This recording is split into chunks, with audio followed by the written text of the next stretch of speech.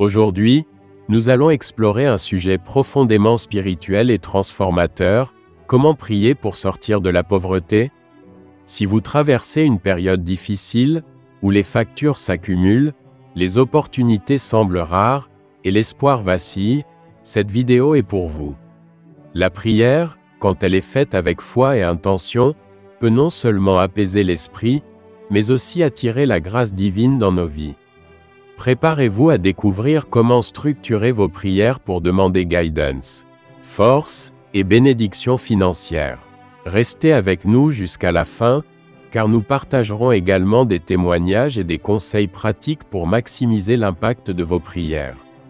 Dans cette première partie, nous allons comprendre la pauvreté dans un contexte spirituel. La pauvreté n'est pas uniquement une condition matérielle.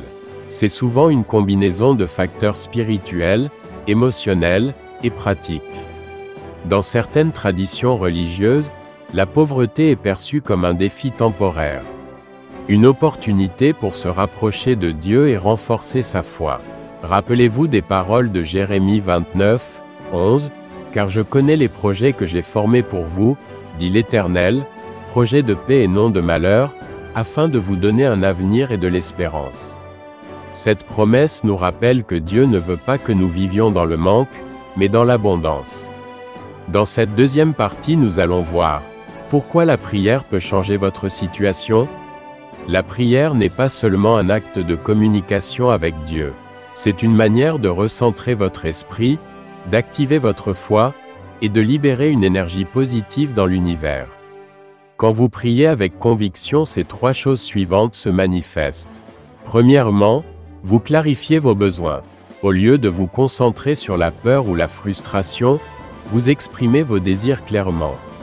Deuxièmement, vous ouvrez votre cœur à recevoir. Une prière sincère place votre âme dans une posture d'humilité et de réceptivité. Troisièmement, vous invitez à un changement de perspective. Parfois, la solution à la pauvreté ne réside pas uniquement dans les finances, mais dans un changement d'état d'esprit ou dans des opportunités que vous n'avez pas encore remarquées. Dans cette troisième partie, nous allons voir comment structurer une prière efficace pour sortir de la pauvreté. Voici une structure simple pour guider vos prières. Commencez par la gratitude. Avant de demander quoi que ce soit, remerciez Dieu pour ce que vous avez déjà. Même dans les moments difficiles, il y a toujours des bénédictions à reconnaître. Exemple, Seigneur, merci pour le souffle de vie, pour ma santé, et pour les personnes qui m'entourent. Confessez vos doutes et vos peurs. Soyez honnête avec Dieu sur vos inquiétudes. Reconnaissez vos faiblesses et demandez-lui de fortifier votre foi.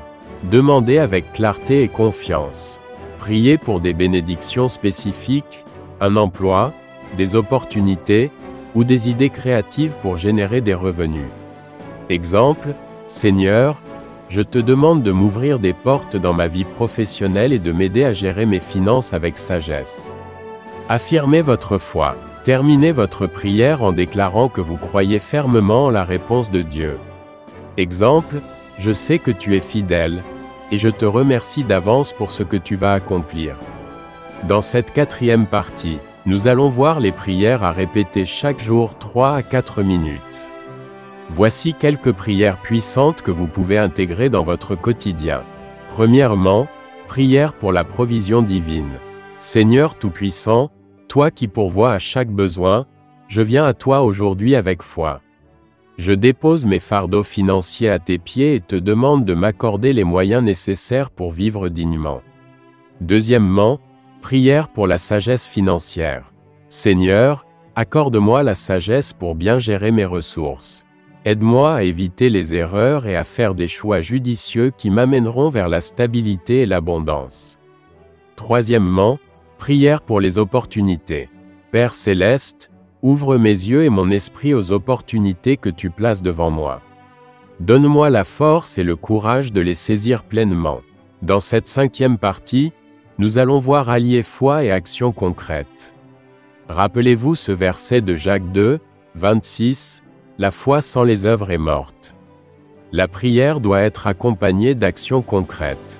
Voici quelques actions pour agir tout en priant. Action 1. Apprenez de nouvelles compétences. Investissez dans votre développement personnel. Action 2. Créez un budget. Même si vos revenus sont modestes, une gestion intelligente fait toute la différence. Action 3. Entourez-vous de personnes inspirantes. Les bonnes relations peuvent vous ouvrir des portes inattendues. Action 4. Faites preuve de générosité. Donnez, même un peu, car donner attire l'abondance. Dans cette 6e partie, nous allons voir les témoignages et encouragements. De nombreuses personnes ont vu leur vie transformée en combinant prière et effort. Comme Marie, une mère de 3 enfants, qui a trouvé un emploi stable après des mois de prières intensives et de recherche. Ou encore David, qui a découvert son talent d'entrepreneur grâce à une période de méditation et de prière quotidienne.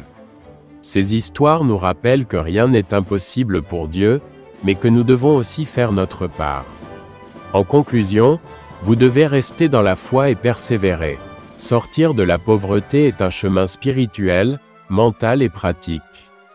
Priez avec sincérité, agissez avec détermination, et croyez fermement que la bénédiction est en chemin. Si cette vidéo vous a inspiré, laissez un commentaire pour partager votre expérience ou vos prières. Et n'oubliez pas de vous abonner pour plus de contenu édifiant. Merci de nous avoir regardés, et que Dieu vous bénisse abondamment.